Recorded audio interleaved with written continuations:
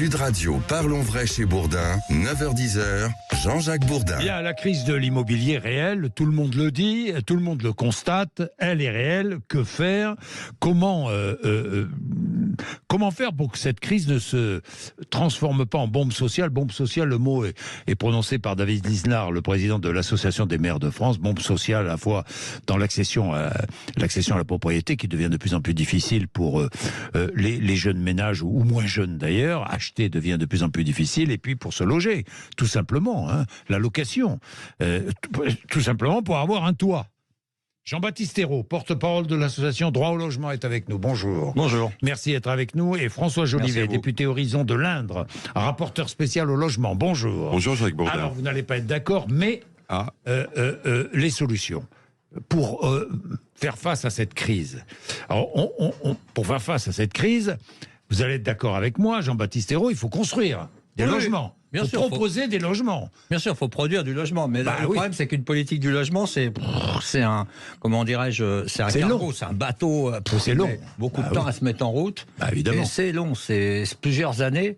On lancer une politique du logement. Et ces 10-15 dernières années, surtout ces 5-6 dernières années, là, c'est clair qu'on a bien senti qu'il y avait peu d'intérêt sur le sujet. En dehors de encourager la montée des prix, c'est bien que les prix d'immobilier montent, ça fait des rentrées fiscales pour l'État, pour les collectivités territoriales, et dans un contexte où aussi les dépenses publiques de l'État sont en baisse. On est passé de 2,2% du PIB au début des années 2010-2011 à 1,5%. On est passé de 50... C'est-à-dire qu'on dépense moins, vous voulez dire par là Bien sûr, on dépense moins. On est passé de 48-49 milliards d'euros à 37 milliards d'euros en l'espace de 10-11 ans de dépenses pour le logement. Selon vous, la volonté de l'État ? De faire des économies, voilà, c'est ça la logique. Après, tant pis si ça a des effets secondaires. Mais les effets secondaires deviennent, comme vous l'avez dit, dramatiques. On est sur une situation soit d'implosion sociale, c'est-à-dire avec un risque d'aggravation de la crise du logement, de plus en plus de personnes dans la rue, sans abri, rejetées d'ailleurs, parce que à un moment donné, on va les stigmatiser. D'ailleurs, on a des lois qui se succèdent les unes après les autres et qui vont de fait pénaliser, criminaliser, stigmatiser les personnes qui habitent dans de l'habitat de survie. Souvenez-vous, il y a 40 ans, on résorbait les bidonvilles pour reloger les gens. Aujourd'hui, on les expulse, on les fout dehors, on les laisse sur le trottoir. Vous voyez, il y a aussi une logique l'expulsion comme ça. est plus difficile qu'il y a 40 ans, Jean-Baptiste Ayrault. Non, mais il y en a beaucoup plus. Il y a 40 ans, 8 jours, on expulsait quelqu'un d'un logement. Oui, mais les taux d'effort, c'est-à-dire la part de leur logement que les gens consacraient au logement, 1973, 10%. Aujourd'hui, on est à plus de 30%. Oui, à plus de 30%. Voilà. Donc c'est ça la réalité, c'est qu'il y a de plus en plus d'impayés, donc de plus en plus... et en plus, on a une paupérisation des locataires, parce que, comme vous l'avez dit très bien, les jeunes ménages veulent accéder à la propriété. Ceux qui ont un peu d'argent, ils veulent accéder à la propriété pour, on va dire, échapper au joug du loyer. Puis pour penser à la retraite, parce que quand on a un toit payé à la retraite, on s'en trouve mieux. François Jolivet.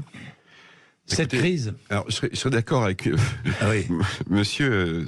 La politique du logement, c'est un grand bateau très lourd, un cargo, un super tanker. Ça s'arrête lentement et ça repart très lentement.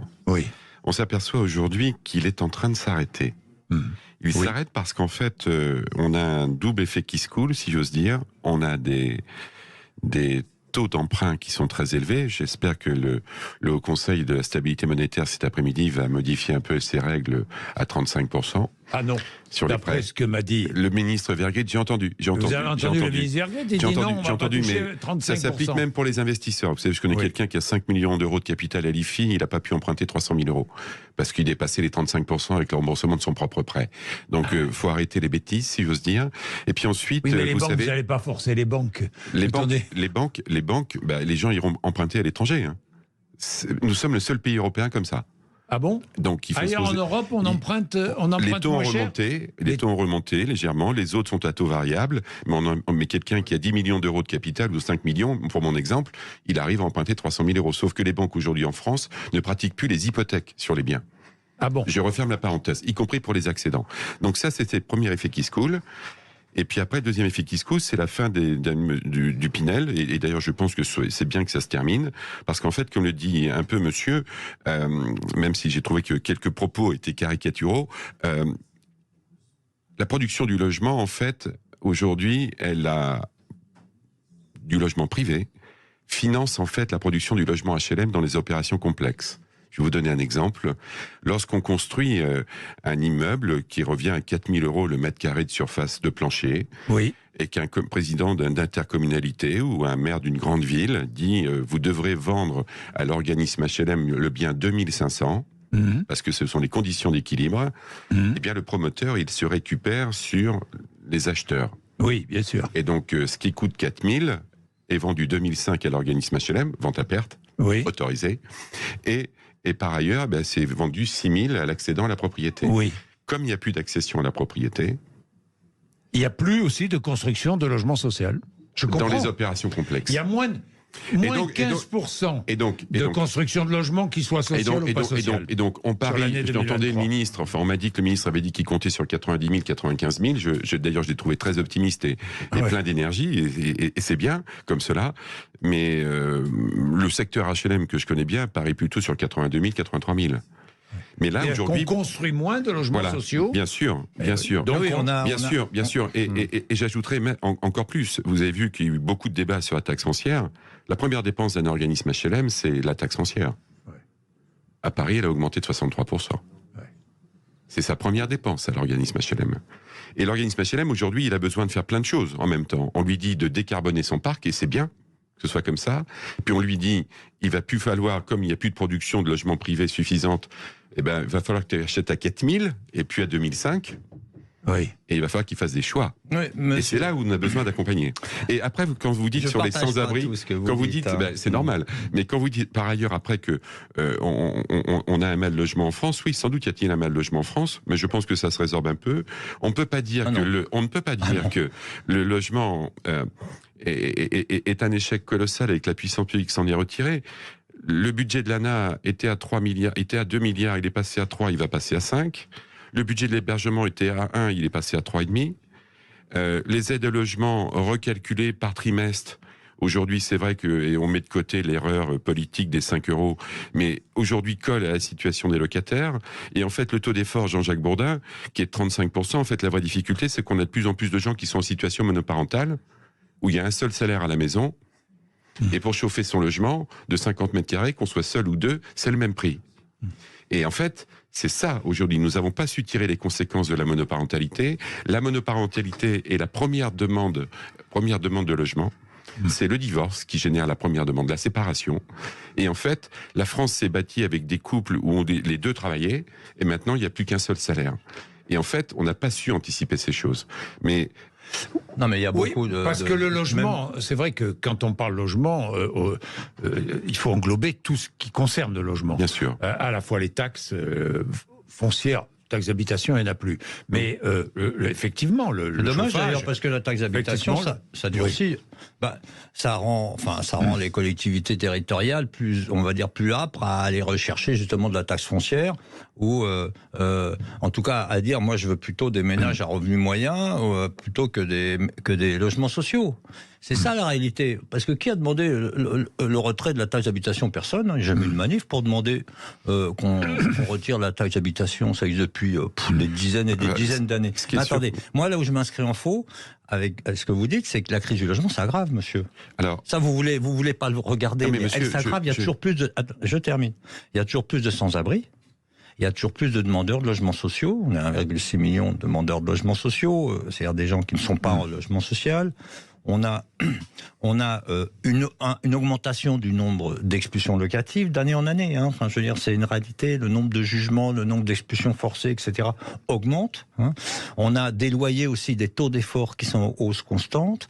Donc on a des ménages qui ont de plus en plus de difficultés pour se maintenir dans leur logement, sans compter ceux qui ne sont pas dans des logements. Regardez les jeunes, les étudiants, les générations qui arrivent pour aller étudier, etc., qui se retrouvent à payer des loyers exorbitants pour des chambres minuscules, les étudiants, etc. C'est terrible ce qui se passe, plus ce qui se passe aussi effectivement sur la côte, dans les zones touristiques, avec le développement massif des Airbnb, de la rentabilité, on veut gagner toujours plus d'argent. Et pour nous, il y a vraiment une convergence d'intérêts entre les pouvoirs publics et les particuliers qui ont de l'argent. Oublions pas quand même que, enfin moi je vais pas contester. Bon, le bailleur privé a son utilité, bien sûr. Moi j'ai été logé longtemps par des bailleurs privés. Bon, modestement, mais à l'époque je payais pas grand chose de loyer, franchement. Et donc ça allait, quoi. On pouvait travailler, on gagnait pas énormément, une vie tranquillou, mais on arrivait à s'en sortir à la fin du mois. Aujourd'hui on peut plus. Un smicard, 120%, 140% du SMIC, c'est plus possible de se loger. C'est plus possible. Il y a un taux d'effort, effectivement, parce que dans les rapports locatifs aussi, le taux d'effort à 35%, il est là. Bon. Et donc il y a un risque. Résultat des courses, plein de gens font des fausses fiches de paye. Des fiches de paye bidonnées. Et tout le monde le sait que c'est des fausses fiches de paye. Donc ils vont se retrouver à payer 40, 50, 60% de leurs revenus pour avoir un toit. Et quel toit? Parce que plus les revenus sont bas, et plus le toit il est pourri. Quand on a la possibilité d'en avoir un. Et automatiquement, nous on les voit, tous les locataires qui viennent nous voir et qui sont logés dans des conditions terribles, quoi. Et donc qui veulent pas dire à leur proprio, mon logement il est indécent. Vous respectez pas l'encadrement des loyers. Vous louez un logement de 20 mètres carrés alors qu'il y en a que 15. Jean-Baptiste Ayrault, vous allez nous donner vos solutions. Que faire? Vous allez nous dire, puisque le constat, vous l'avez... pour nous, il y a des mesures d'urgence à prendre. Bon, alors on va en parler, parce qu'il est 9h44. À tout de suite. Sud Radio, parlons vrai chez Bourdin, 9h-10h, Jean-Jacques Bourdin. Sud Radio, parlons vrai chez Bourdin, 9h-10h, Jean-Jacques Bourdin. Bien, le logement. Alors, vos solutions, Jean-Baptiste Ayrault, puisque pour faire face à cette crise, on ne construit pas assez, il y a de multiples obstacles aujourd'hui. Pour sortir, c'est difficile de sortir de cette crise. Oui, alors d'autant plus que la production de logement social est en berne, comme on l'a dit tout à l'heure, notamment parce que l'État aussi a piqué de l'argent dans les caisses des bailleurs sociaux. La RLS, c'est 1,3 milliard, les aides à la production puis balayées, et donc des bailleurs sociaux qui ont plus les moyens d'investir pour construire de nouveaux logements. Bon, c'est une réalité. Maintenant, pour nous, il faut évidemment financer massivement la production de logements sociaux. On ne voit pas quelle autre solution il peut y avoir. Il y a aussi dans l'urgence... il faudrait... Attendez. Dans l'urgence, comment on fait? Les sans-abri, les gens qui vont se retrouver à la rue, qui n'arrivent pas à se loger, etc. Il faut, pour nous, mobiliser les logements vacants. C'est un potentiel. Je ne dis pas que c'est la solution, mais c'est un potentiel. Chirac l'a fait. Il a réquisitionné, en 95, il a réquisitionné 120 000... Non, pardon, excusez-moi, aux alentours de 10 000 logements. 12 000 logements. Donc il l'a fait. Pourquoi on le fait pas? Alors qu'on va payer des chambres d'hôtel pourries pour des sans-abri, qui sont pareils, qu'on va remettre à la rue au bout de quelques semaines, parce qu'il faut faire tourner, etc. Donc ça aussi, c'est une solution. Après, il y a la question de l'encadrement des loyers. Nous, c'est quelque chose qu'on défend depuis longtemps, c'est-à-dire parce qu'on a observé qu'en France, on a encadré les loyers longtemps. Et ça a permis justement de calmer aussi les prix de l'immobilier, le contexte spéculatif qu'on connaît aujourd'hui et qui s'est accéléré depuis une vingtaine d'années. Bon, les prix de l'immobilier ont atteint des sommets comme jamais, ainsi que les prix du foncier. Donc, et on est dans une situation qui est déconnectée de la réalité. C'est-à-dire, vous dites qu'il faut que les banques acceptent de dépasser le taux d'effort 35%. Bon, vous contestez ça. Bon, alors. Qu'elle raisonne sur le reste à vivre, monsieur. Oui, si vous voulez. Bon, à la limite, ce qui se fait pour tout, sauf pour l'immobilier, semble-t-il. Bon, d'accord. Mais en attendant, il faut quand même admettre que les prix n'ont jamais été aussi élevés. Donc, les taux d'intérêt montent et d'un coup, les milieux de l'immobilier paniquent. Parce que, à mesure que les taux d'intérêt ont baissé, les prix de l'immobilier ont monté. Ils ont fait des marges là-dessus. Et maintenant, ils paniquent. Vous voyez, c'est la grande panique. Non, il faut dire les choses. Non, mais le logement est trop cher en France. Le logement est trop cher en France. Il faut un atterrissage en douceur. Et ça commence par un encadrement des loyers et le respect des lois et des règles qui fixent les rapports locatifs. Encore faut-il qu'il y ait de logements à louer. Parce que le problème, c'est qu'il y a de moins en moins de logements en location. Vous parlez de logements vacants, encore une fois, le logement touristique. Airbnb, bien sûr, faut interdire ça. Faut interdire la location. Interdire Airbnb ? Bien sûr. Il faut Carrément. interdire les locations touristiques dans les zones tendues. Enfin, les touristes dans les hôtels et les salariés et les travailleurs dans les logements. Enfin, on marche sur la tête. Vous n'allez pas vous faire que des amis, là. Non, mais moi, ça m'est égal. Je sais que j'ai pas des amis. Non, mais Jean-Baptiste, mes amis sont pas. Non, je vous dis ça. Moi, je défends pas. Ouais. Je défends pas. Mais attendez, il y a peut-être des ménages modestes qui, par exemple, pour les Jeux Olympiques de 2024, vont louer leur appartement à Paris parce que c'est une opportunité que ça va leur permettre de rester dans l'appartement. Non ? Le reste de l'année ? Ben oui. Non, ça, c'est ceux qui sont propriétaires, parce que les locataires n'ont pas le droit de louer leur logement. Oui, enfin.